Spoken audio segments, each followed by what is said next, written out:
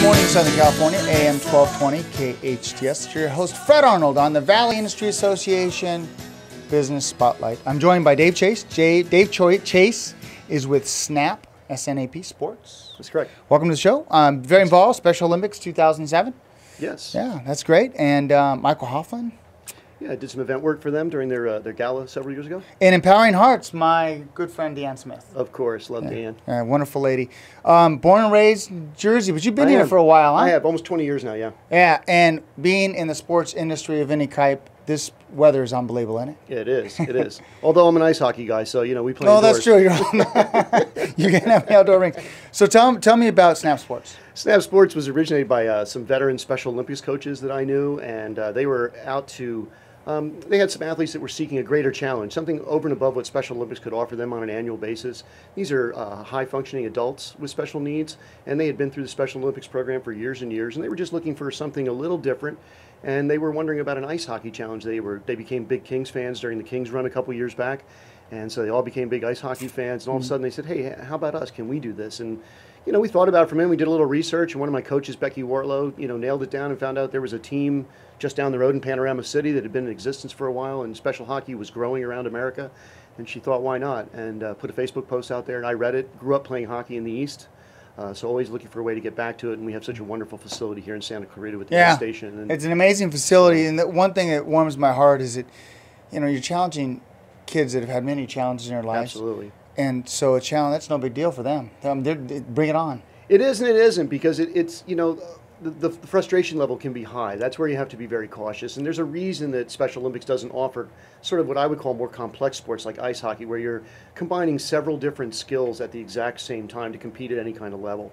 So there's a reason why they don't necessarily offer those sports, because they take a much greater time for those to develop in those athletes. And you have to learn new training techniques, new coaching techniques, and we're learning new coaching techniques all the time, because, as I said, it is a growing sport in the special needs community, so you're always having to experiment. That's great. So let's talk about your local team. Sure. Yeah, how can someone get involved, or, you know, tell me more about it? Well, first place you can always find us is www.snaphockey.org, which is our website. Snap Sports has been in existence since March of 2012. We currently offer two sports, which is a flag football program in the summer and ice hockey in the wintertime. Our ice hockey team just competed last weekend at the ice station in the 4th annual UCT Winter Ice Hockey Festival. 7 teams from around the country, including a team down from Canada, came and played. It's wonderful. Oh boy, that's not special fair. Hockey. That's not fair. Bringing kids from Canada. I know, they're born with skates on. Yeah, it grows on their body. And they showed us. But, you know, we got a lot to learn, but it was great for our first festival experience. And then coming up in about 8 weeks, we're taking a group of 16 athletes to Ottawa to participate in the Special Hockey International Tournament, which will feature 65 teams from all over the world. Well, hopefully they're not Eastern Bloc countries, because they're all good in hockey. They're all good in hockey. Or you think about Finland. Well, I know there's going to be a lot of good Canadian teams, so we're definitely going to have our work cut out for us. That's great. Isn't it all about being a part of a team also? It is, and all that comes with what you learn from being on a team. We have found that the experiences our athletes are carrying over, what they're learning on the ice, they're carrying that over at home. They're becoming better citizens of the community. They're becoming more responsible, becoming more independent, because they're learning the true essence of teamwork, friendships, and all the things that go along with being a good teammate, and all those things that they learn. That ethic is carrying over in their home life. And that ethic, teamwork, that's part of your mission.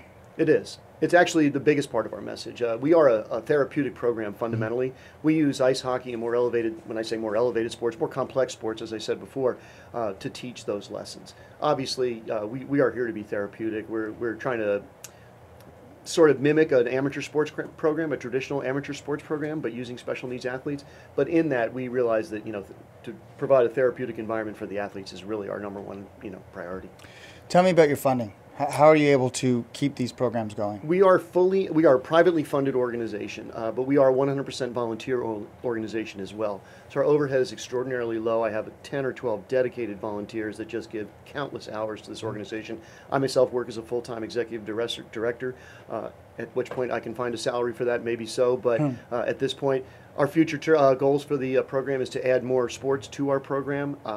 And additionally, we would love to someday maybe have a clubhouse where our special needs athletes could spend the day maybe exercising or engaging in job training skills and things like that, where they could come and have a clubhouse to maybe exercise, work out, things of that nature. So that's our sort of our long-term goal, our end game. That's great. Those who want to reach out, find out more, donate, be involved. www.snaphockey.org, just like it sounds.